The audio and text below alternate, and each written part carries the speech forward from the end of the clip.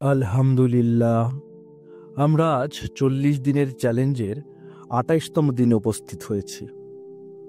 আল্লাহ তাআলা আমাদের এই অনুশীলন চালিয়ে যাওয়ার তৌফিক দিয়েছেন, তার জন্য আমরা আল্লাহর কাছে কৃতজ্ঞতা প্রকাশ করছি।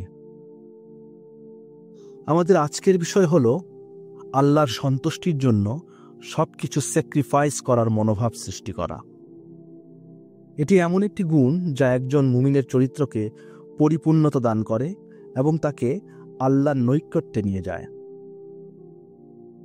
আল্লাহ তাআলা কোরআনে সূরা আনআমের 162 নং আয়াতে ইরশাদ করেন, বলুন, নিশ্চয়ই আমার সালাত, আমার কোরবানি, আমার জীবন ও আমার মৃত্যু সবই আল্লাহর জন্য। তিনি সকল সৃষ্টি জগতের প্রতিপালক।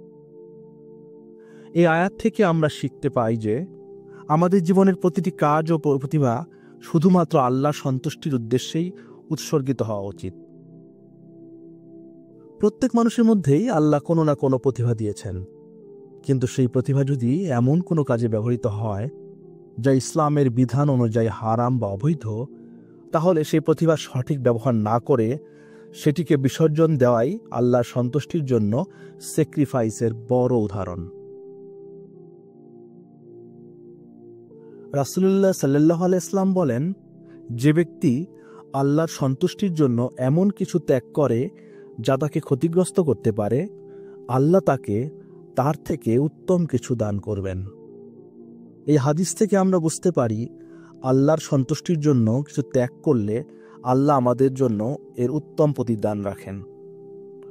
উদাহরণস্বরূপ, যদি কারো নাচ, গান বা অভিনয়ে প্রতিভা থাকে কিন্তু সে বুঝতে পারে যে এই কাজগুলো আল্লাহর বিধানের বিরোধী, তাহলে তাকে এই প্রতিভা বিসর্জন দিয়ে আল্লাহর পথে ফিরে আসতে হবে।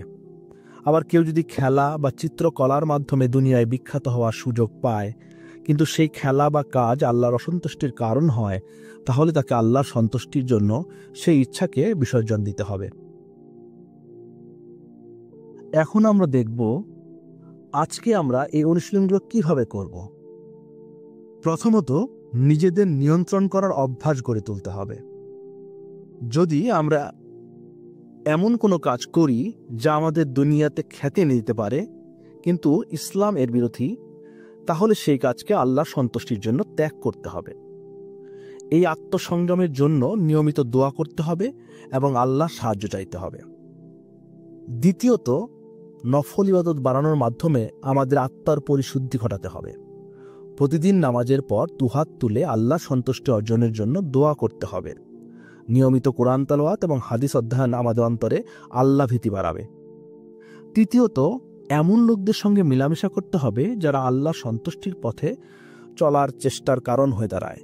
নেককার মানুষের সাহচর্য আমাদের অন্তরে সঠিক কাজের প্রতি উৎসাহ জাগাবে এবং আমাদের ঈমানকে শক্তিশালী করবে, আর আমরা আজ সেগুলাই পালন করব। আল্লাহ আমাদের এমন মনোভাব দান করুন যা আমাদের সব কাজেই তার সন্তুষ্টি অর্জন করতে সাহায্য করবে। আমিন।